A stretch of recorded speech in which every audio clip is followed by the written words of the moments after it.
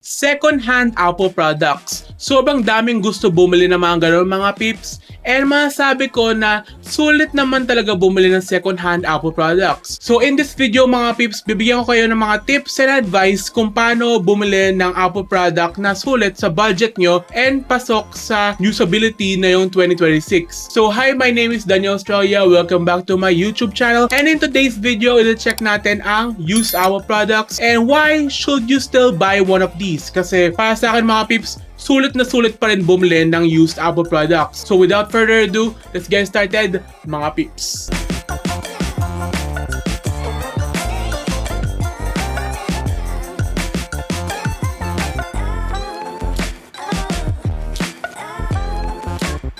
So currently right now, I am using an iPhone 7. Itong iPhone 7 na ito mga peeps ay matagal ko nang ginagamit. I know meron akong iPhone 16 pero itong iPhone 7 na ito, ginagamit ko to for many reasons. Kasi sulit na sulit to para sa akin mga peeps. So ito mga peeps ang tips ko kung paano bumili ng iPhone na pasok sa budget nyo. So basically, any iPhone will do. So, una muna, kailangan pasok sa software update na yon, which is iOS 27 I believe. Which is yung latest ngayon kasi mga peeps, yun ang pinaka-latest software na kaya i-support ng isang Apple device. And pag gusto nyo long-term usability, pwede kayo mag-iOS 27 na iPhone. Kahit mga iPhone 13, iPhone 14, para sa akin mga peeps, yun ang sweet spot in buying yourself an iPhone na second hand. Pero mga peeps, itong iPhone 7 na ito, I believe ito ay running iOS 15, kaya hindi na siya pwede i-update. Kaya meron mga ibang apps. For example, I have tried YouTube Studio on this phone.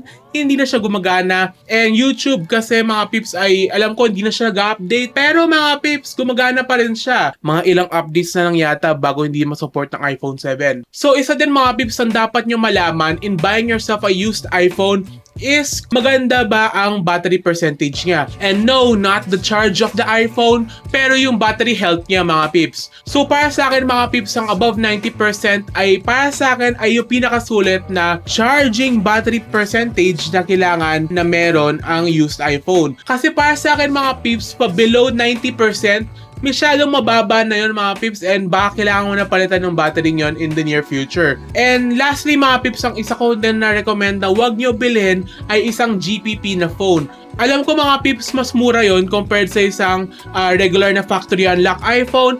Pero mga peeps, mahirapan kayo in the long term kasi pag nag-update kayo, may mga chance sa mga peeps na hindi na gumana yung GPP ng iPhone mo. Itong iPhone 7 na ito, this is a GPP lock na iPhone. Masasabi ko na ang GPP lock na iPhone na ito, yung in-update ko siya sa iOS 15, dun siya nagka-problema mga peeps. Kasi mga peeps, ang GPP chip niya sa loob ay hindi gumagana. So pag Apple Watch naman mga peeps, sulit din bumili ng second hand. Pero mga peeps, ito ang only thing na kailangan nyo malaman if you're planning to buy an Apple Watch na second hand, which is lahat sila pare-parehas. Itong Apple Watch ko, which is yung Series 0, almost same siya sa Apple Watch SE, which is yung ginagamit ng kapatid ko. Pero mga peeps, masasabi ko, ang Apple Watch SE ng kapatid ko, mas updated yung operating system niya. Hindi tulad nito mga peeps na naka WatchOS 4 lang. Yun mga peeps, alam ko mas updated yun na konti compared sa Apple Watch na ito. So basically, kailangan nyo lang mga peeps ng Apple Watch na supported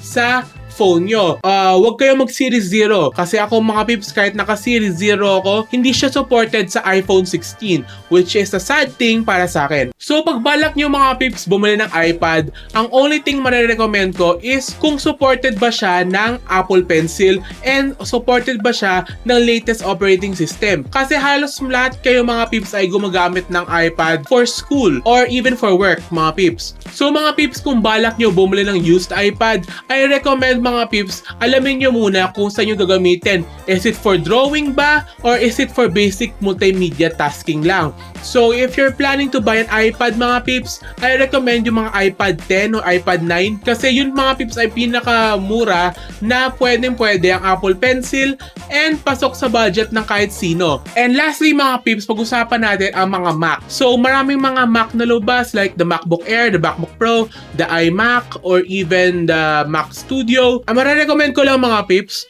dapat naka M series siya. Alam ko mga pips, mas mura ang Intel na Mac compared sa M series. Pero mga pips, malalaman nyo na mas sulit ang M series kasi mga pips, mas tatagal yon. Like, if you're planning to use an Apple Mac, mas sulit pa rin mga pips mag M series kasi sobrang daming software support nyon and very usable pa rin yun hanggang ngayon. Alam ko mga pips na mura pa rin ang Intel Mac, pero M series is the way to go mga pips kasi mas tatagal yun sa inyo and still supported yun ng software updates. So baka magtanong kayo mga pips, Daniel, sulit ba bumili ng second-hand Apple products? I will have to say yes. Syempre kasi mahal ang mga Apple devices na yon and very useful pa rin mga pips ang old Apple devices. Basta mga pips, makahanap lang kayo na pasok sa budget nyo and yung hindi kayo masascam.